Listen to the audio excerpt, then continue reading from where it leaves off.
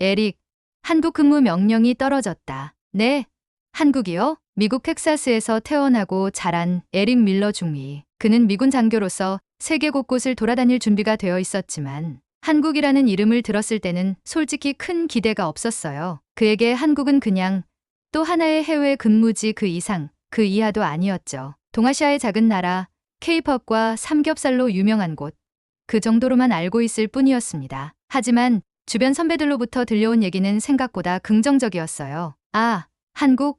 거기 완전 좋더라. 음식 끝내주고, 사람들 친절하고, 살기 진짜 편해. 한국에 대한 긍정적인 평가를 들었지만 에릭은 여전히 반신반의하는 마음을 가지고 있었어요. 처음 배정받은 부대는 경기도 평택 근처였는데 기지 안에서 생활하면 크게 불편할 것은 없었어요. 하지만 그는 한국에 온 만큼 현지 문화를 직접 경험해보고 싶다는 생각이 들었죠. 주말이 되자 몇몇 동료들과 함께 서울로 향했어요. 기차를 타고 이동하는데 그 과정부터가 신선한 충격이었어요. 이게 기차야?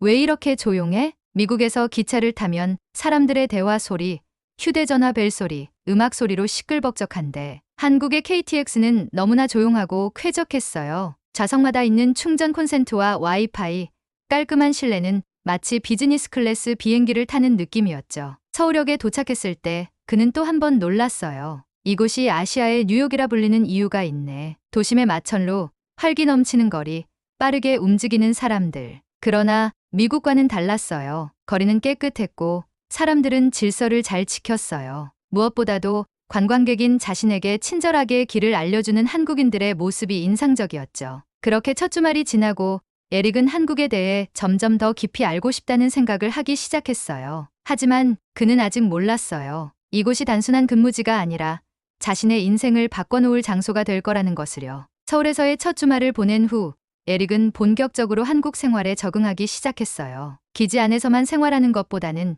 직접 한국 문화를 체험하는 것이 훨씬 더 의미 있다고 느꼈죠. 그러던 중 부대에서 만난 한국군 카투사 병사들이 에릭에게 특별한 제안을 했어요. 중위님, 이번 주말에 저희랑 같이 전통시장 가보실래요? 전통시장? 사실 미국에서 시장이라고 하면 대형 마트나 쇼핑몰이 먼저 떠오르기 마련이었어요. 하지만 한국의 시장은 다르다고 했어요. 골목마다 다양한 음식이 있고 사람들이 활기차게 움직이며 흥정하는 모습이 볼만하다고 하더군요. 주말이 되자 에릭은 카투사 친구들과 함께 광장시장으로 향했어요. 시장 골목에 들어서자마자 그는 순간적으로 압도당했어요. 이 냄새 대체 뭐지? 바삭하게 튀겨진 빈대떡, 매콤한 떡볶이, 그리고 갓 만든 김밥에서 풍겨나오는 고소한 향. 먹거리가 가득한 이곳에서 그는 처음으로 한국다운 분위기를 제대로 느꼈어요. 카투사 친구들은 에릭에게 이것저것 먹어보라고 권했어요. 이건 순대예요. 안에 당면이 들어있고 찍어 먹으면 더 맛있어요. 이건 마약김밥인데 중독될 만큼 맛있다고 해서 그런 이름이 붙었어요. 처음에는 낯설었지만 한 입 베어 문 순간 입안에서 터지는 풍미에 깜짝 놀랐어요. 그리고 그 순간 한국 사람들의 따뜻한 환대가 느껴졌어요. 손님, 어디서 왔어요? 시장 아주머니가 친근하게 말을 걸었어요. 에릭이 미국에서 왔다고 하자 아주머니는 환하게 웃으며 서비스로 튀김을 주었어요. 멀리 왔는데 많이 먹고 가요. 에릭은 미국에서는 경험하지 못했던 따뜻한 인심에 감동했어요. 돈을 내고 물건을 사는 단순한 거래가 아니라 사람과 사람이 정을 나누는 느낌이었죠. 그날 저녁 에릭은 기지로 돌아가는 길에 생각했어요. 이상하다. 난 원래 새로운 곳에 가도 쉽게 정 붙이지 않는 성격인데 한국은 다르네. 그렇게 한국에 대한 그의 애정은 점점 깊어져 갔어요. 그리고 그는 아직 몰랐어요. 앞으로 더 큰 감동과 변화가 자신을 기다리고 있다는 것을요. 한국 생활에 익숙해질수록 에릭은 점점 더 이곳을 좋아하게 되었어요. 기지에서 제공하는 편리한 시설도 좋았지만 그는 주말마다 한국 곳곳을 탐방하며 현지 문화를 체험하는데 더욱 흥미를 느꼈어요. 어느 날 카투사 친구가 그에게 물었어요. 중위님, 혹시 등산 좋아하세요? 솔직히 에릭은 등산이라는 단어를 듣자마자 웃음이 나왔어요. 미국에서도 등산을 몇 번 해봤지만 한국처럼 등산이 보편적인 취미로 자리 잡은 나라는 처음이었거든요. 하지만 친구들의 강력한 추천에 따라 주말에 북한산을 등반하기로 했어요. 토요일 아침 에릭은 등산복 차림으로 북한산 입구에 도착했어요. 그런데 시작부터 문화 충격을 받았어요. 와, 등산하러 온 사람이 이렇게 많다고? 미국에서는 등산하면 조용한 자연 속을 홀로 걷는 이미지가 떠올랐지만 북한산에는 온갖 연령대의 사람들이 모여 있었어요. 심지어 등산복까지 완벽하게 갖춰 입고 말이죠. 카투사 친구들과 함께 산을 오르던 중 에릭은 금방 지쳐버렸어요. 생각보다 힘든데? 그때 지나가던 한 할아버지가 에릭을 보더니 배낭에서 뭔가를 꺼냈어요. 젊은이, 초코파이 하나 먹어보게. 힘이 난다네. 에릭은 순간 당황했어요. 모르는 사람이 다가와 음식을 준다는 게 미국에서는 흔치 않은 일이거든요. 하지만 카투사 친구들은 자연스럽게 받으며 감사 인사를 했어요. 한국에서는 등산할 때 간식 나눠 먹는 문화가 있어요. 그냥 받아도 돼요. 에릭도 조심스럽게 초코파이를 받아 한 입 베어 물었어요. 달콤한 맛과 함께 그 순간 마음까지 따뜻해지는 기분이 들었어요. 한국에서는 낯선 이에게도 이런 친절을 베푸는구나 생각했어요. 등산을 마치고 내려오는 길, 친구들이 그를 등산 후 필수 코스인 막걸리 집으로 데려갔어요. 따뜻한 파전과 함께 시원한 막걸리를 마시는 자리였죠. 이게 한국의 등산 문화야. 힘들게 오른 후에 한 잔 마시면 피로가 싹 풀린다고. 막걸리를 한 모금 마시는 순간 쌀의 고소함과 부드러운 단맛이 입안에 퍼졌어요. 이렇게 등산 후에 함께 음식을 나누며 이야기하는 문화가 있다는 것이 신기했어요. 그날 저녁 에릭은 생각했어요. 이상하다. 한국에서의 생활이 점점 더 편안하게 느껴져. 에릭의 한국 생활은 점점 더 흥미로워졌어요. 한국인 특유의 정 문화는 그에게 신선한 충격을 주었고 어느새 그는 주말이면 자연스럽게 기지 밖으로 나가 한국을 탐방하는 것이 당연한 일처럼 느껴졌어요. 하지만 그가 한국을 더욱 깊이 이해하게 된 계기는 바로 명절이었어요. 추석이 다가오자 카투사 친구들은 기지에 남아있는 에릭을 걱정하며 제안했어요. 중위님, 저희 집에 와서 명절 같이 보내실래요? 에릭은 처음에는 사양하려 했어요. 보통 미국에서는 명절이면 가족끼리만 시간을 보내는데 자신이 초대받아도 되는지 걱정됐거든요. 하지만 친구는 웃으며 말했어요. 한국에서는 손님을 맞이하는 게 큰 기쁨이에요. 정말 괜찮으니까 편하게 오세요. 그렇게 해서 에릭은 생애 처음으로 한국의 전통 명절을 경험하게 되었어요. 친구의 부모님은 그를 따뜻하게 맞아주었어요. 멀리서 왔는데 우리 집에 와줘서 고마워요. 편하게 있어요. 어색할 줄 알았지만 식탁에 차려진 한가득한 명절 음식에 금방 긴장이 풀렸어요. 송편, 잡채, 갈비찜, 전 모든 것이 새롭고 맛있었어요. 특히 가족들이 직접 만든 음식을 나누며 이야기하는 모습이 너무 정겨웠죠. 그러나 에릭에게 가장 인상 깊었던 순간은 차례였어요. 조상님께 절을 올리고 가족들이 한자리에 모여 감사 인사를 나누는 모습은 마치 미국의 추수감사절과 비슷하면서도 달랐어요. 가족이 함께 모여 전통을 이어가는 모습이 참 따뜻하게 느껴졌죠. 명절을 함께 보내면서 에릭은 또 다른 변화를 느꼈어요. 한국어를 좀 더 배워야겠다. 지금까지 그는 영어로 소통하는데 큰 불편함이 없었지만 한국인들과 더 깊이 교류하고 싶다는 생각이 들었어요. 단순한 관광객이 아니라 이 문화를 더 잘 이해하는 사람이 되고 싶었거든요. 그날 밤 에릭은 휴대폰에 한국어 학습 앱을 다운로드했어요. 한국에 오기 전까지는 생각지도 못했던 일이었죠. 한국어를 배워야겠다고 다짐한 이후 에릭은 틈날 때마다 한국어 공부를 하기 시작했어요. 하지만 책과 앱으로 배우는 것만으로는 부족함을 느꼈어요. 그러던 어느 날 카투사 친구가 그에게 제안을 했어요. 중위님, 저희 어머니가 운영하시는 작은 카페가 있는데 거기서 사람들과 이야기 나누면서 한국어 연습해 보시는 건 어때요? 처음엔 조금 망설였어요. 군인 신분으로 카페에서 시간을 보내는 것이 이상할까봐 걱정됐거든요. 하지만 친구는 괜찮다며 어머니도 외국인 손님을 반기는 성격이라며 안심시켰어요. 그럼 한번 가볼까? 주말 친구와 함께 작은 동네 카페에 갔어요. 조용하고 아늑한 분위기의 카페였고 곳곳에 책과 사진들이 장식되어 있었어요. 어서 와요. 미국에서 왔다면서요? 카페를 운영하는 친구의 어머니는 밝은 미소로 에릭을 반겼어요. 그는 한국어로 최대한 인사를 해보려 했어요. 안녕하세요. 저는 에릭입니다. 만나서 반갑습니다. 어설픈 발음이었지만 친구 어머니는 웃으며 칭찬해줬어요. 한국어 잘하네요. 더 배워요. 그러면 한국에서 생활하기 편해져요. 그렇게 에릭은 매주 이 카페를 방문하며 한국어를 연습하게 되었어요. 그리고 자연스럽게 단골 손님들과도 친해졌어요. 어느 날 한 할아버지가 그에게 말을 걸었어요. 젊은이, 한국이 어때요? 에릭은 잠시 생각한 뒤 천천히 한국어로 대답했어요. 한국은 따뜻한 나라예요. 그리고 사람들 정말 친절해요. 할아버지는 흐뭇하게 웃으며 고개를 끄덕였어요. 맞아. 한국은 정이 있는 나라지. 그 순간 에릭은 정이라는 단어가 단순한 단어가 아니라 한국을 이해하는 중요한 열쇠라는 걸 깨달았어요. 그렇게 카페에서의 시간은 단순한 언어 공부를 넘어 한국 사람들과 진짜 교류하는 소중한 기회가 되었어요. 어느 날 에릭은 문득 이런 생각이 들었어요. 한국에서 더 오래 살 수는 없을까? 처음엔 단순한 근무지였던 한국. 하지만 이제는 하나의 고향처럼 느껴졌어요. 따뜻한 사람들, 정이 넘치는 문화, 편리한 생활 환경.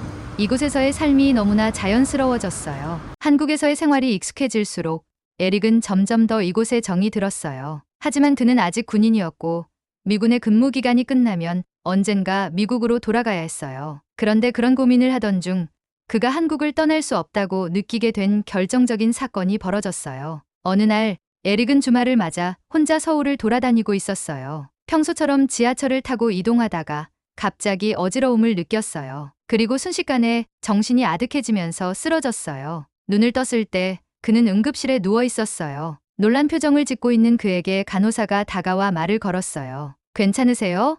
너무 무리하셨나 봐요. 그제야 에릭은 자신이 길에서 쓰러졌고 주변 시민들이 즉시 119에 신고해 병원으로 옮겨졌다는 사실을 들었어요. 그는 순간적으로 걱정됐어요. 병원비는 얼마나 나올까?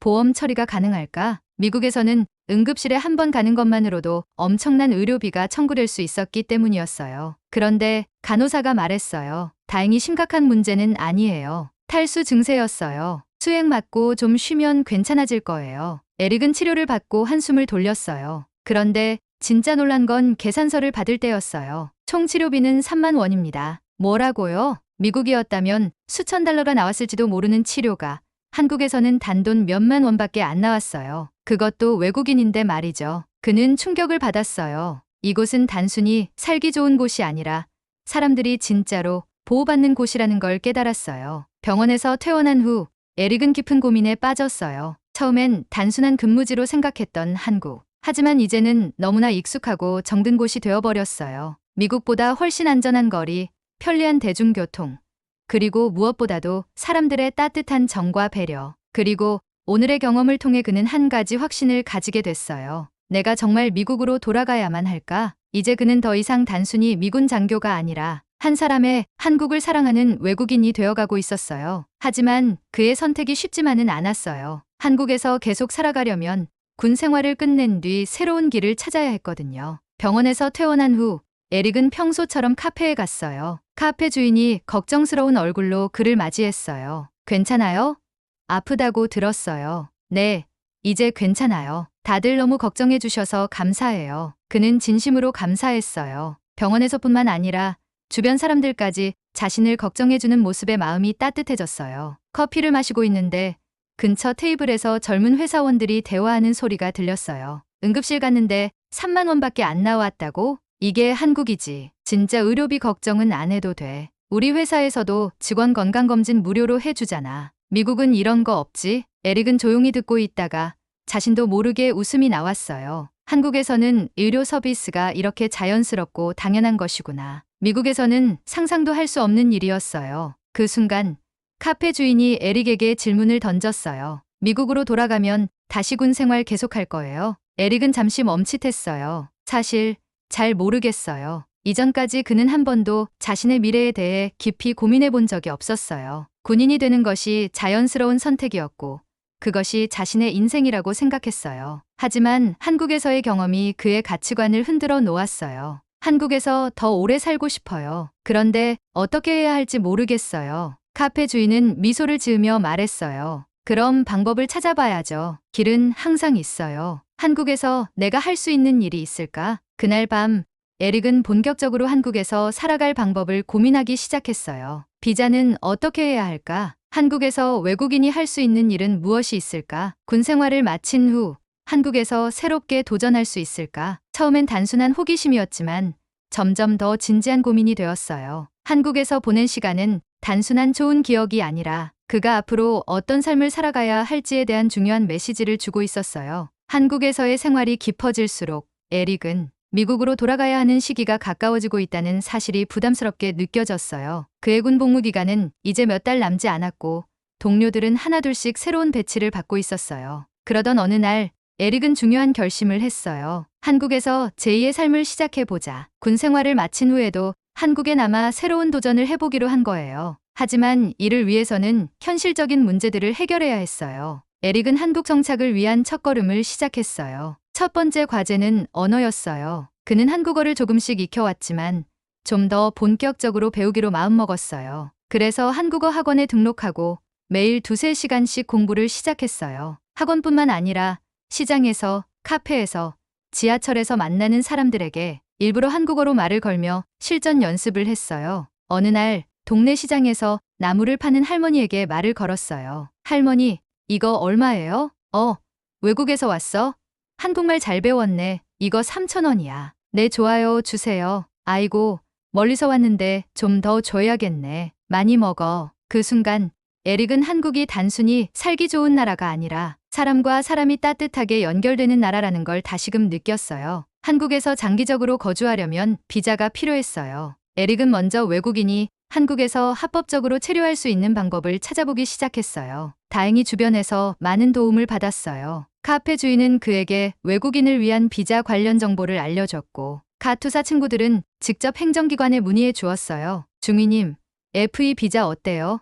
아니면 취업 비자를 알아보는 것도 좋고요. 그렇게 하나하나 방법을 찾아가며 에릭은 점점 더 현실적인 준비를 하게 되었어요. 그 과정에서 한국의 행정 시스템이 얼마나 효율적인지 다시 한번 깨닫게 되었죠. 미국이었다면 몇 달은 걸릴 일이 한국에서는 며칠 만에 해결되는 것을 보고 깜짝 놀랐어요. 그러던 중 그는 한 가지 아이디어를 떠올렸어요. 한국에서 내가 느낀 감동과 경험을 더 많은 사람들에게 전할 수 없을까? 그는 유튜브와 SNS를 통해 한국에서 겪은 이야기들을 공유하기 시작했어요. 미군 생활을 하며 경험한 한국의 문화, 한국에서 받은 따뜻한 정, 그리고 외국인의 시선에서 본 한국의 장점들. 첫 번째 영상, 미군 장교가 한국에서 살기로 한 이유. 두 번째 영상, 한국 병원은 왜 이렇게 싸고 좋은가? 세 번째 영상, 한국 시장에서 외국인이 장보기 하면 벌어지는 일. 그의 진심 어린 영상들은 빠르게 화제가 되었고 많은 사람들이 그의 경험에 공감하며 응원해 주었어요. 그리고 점점 더 많은 외국인들이 그의 영상을 보며 한국에 대해 관심을 가지기 시작했어요. 한국에서 새로운 삶을 시작한 후 에릭은 미국에서는 경험하지 못했던 소중한 것들을 깨닫게 되었어요. 이제 그는 더 이상 낯선 외국인이 아니었어요. 동네 주민들과 인사를 나누고 단골 가게가 생기고 시장에서 익숙한 얼굴들과 웃으며 대화하는 그 순간 그는 진짜 한국인이 되어가고 있었어요. 미국에서는 개인주의가 강했지만 한국에서는 함께하는 문화가 자연스러웠어요. 힘들 때 도와주고 기쁠 때 함께 웃어주는 사람들 덕분에 그는 외롭지 않았어요. 군대를 나와 새로운 길을 개척하는 것은 큰 도전이었어요. 하지만 그는 한국에서 많은 기회를 발견했고 무엇보다도 하고 싶은 일을 하며 살아가는 것의 소중함을 배웠어요. 이제 그는 단순한 외국인이 아니라 한국 사회의 일원이 되었어요. 그는 앞으로 한국에서 더 많은 사람들에게 긍정적인 영향을 주는 일을 하고 싶었어요. 내가 한국에서 받은 감동을 더 많은 사람들에게 전하고 싶어요. 그래서 그는 단순한 유튜버가 아니라